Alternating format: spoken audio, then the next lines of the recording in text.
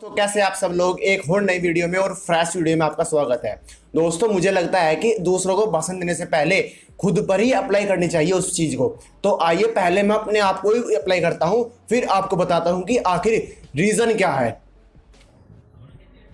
भाई जी कहते हैं भाषण देने से पहले अप्लाई करना जरूरी है।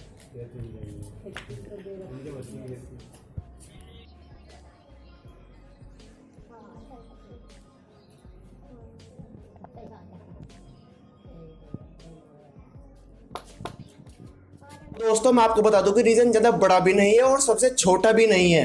दोस्तों यह रीजन बहुत ही हाई है आपके लिए और हमारी इन्वायरमेंट के लिए। दोस्तों वह क्या है? दोस्तों हमारे जो लॉकडाउन है, जैसे कि आप जानते हैं लॉकडाउन में सभी की जो नौकरी है और सबका काम बिजनेस ठप हो चुका था। तो दोस्तों हालांकि बहुत से काम ऐसे हुए हैं जो बहुत ही लॉसेस में गए हैं, लेकिन बहुत से इन्वायरमेंट के लिए यानी हमारे पर्यावरण के लिए बहुत ही अच्छे काम हुए हैं, जैसे कि हमारा प्रदूषण कम हुआ है। और इसी के साथ जो हमारे पशु पक्षी हैं उनमें भी जो संख्या है वह घटती जा रही थी। तभी लॉकडाउन के तुरंत बाद हमारे जो पक्षी हैं उनमें इम्प्रूवमेंट देखने को मिला है।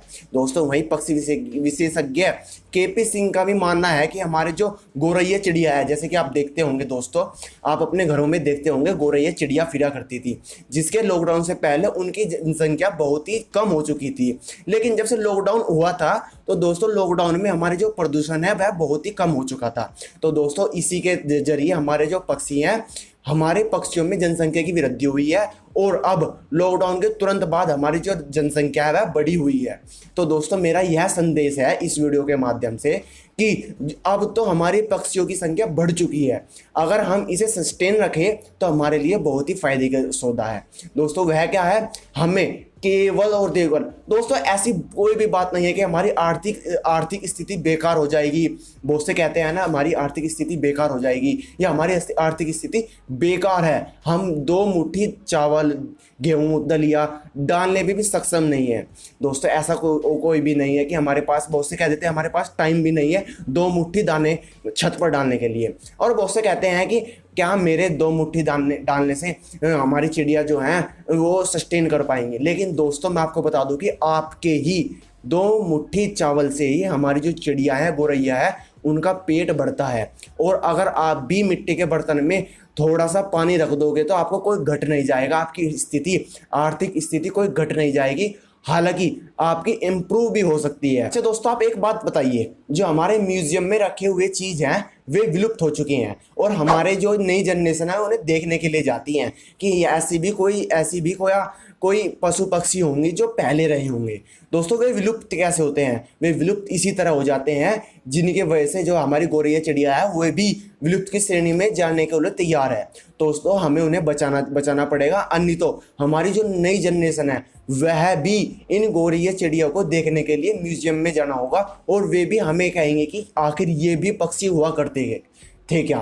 तो दोस्तों हमें इस चीज़ का बहुत ही ध्यान करना पड़ेगा। और दोस्तों मैंने देखा है कि बहुत से व्यक्ति एक वीडियो को देखकर स्किप कर लेते हैं कि कोई बात नहीं, टेंशन हमारी क्या टेंशन है। लेकिन दोस्तों आपके ऊपर भी जिम्मेदारी है इनकी, क्योंकि दोस्तों ये ना बोलते हुए पक्षी हैं। दोस्तों हमारे ऊपर ही इनकी पूरी जिम्मेदारी है, हमारे ऊपर ही इनके खाने पीने का एक जिम्मेदारी और बर्डन है। दोस्तों हमें ही इनकी देखभाल करनी होगी क्योंकि ये अब बहुत ही अच्छी सिचुएशन में है। दोस्तों एक और बात दोस्तों वह यह है कि जब ये जो चिड़िया है उनकी जनसंख्या इसलिए भी वृद्धि हो रही थी क्योंकि हमारे जो खेत हैं फसल में कीड़े हुआ करते थे। जहरीले कीड़े खाकर जो हमारी फसल है उन्हें बचाया करती थी। लेकिन अब क्या हो रहा है? किसान रासायनिक केमिकल डालकर उन्हें कीड़े को ख़त्म कर रहे हैं और इन्हें जो चिड़िया का भोजन है उन्हें समाप्त कर रहे हैं, जिनके कारण उन्हें इनकी भूख के कारण मौत हो रही है। तो दोस्तों ऐसे ही जो हमारे यहाँ पर झाड़ियाँ हैं, पेड़ पौधे हैं, वह कम होते जा रहे हैं, इनका घोंसले का स्थान भी घटता जा रहा है।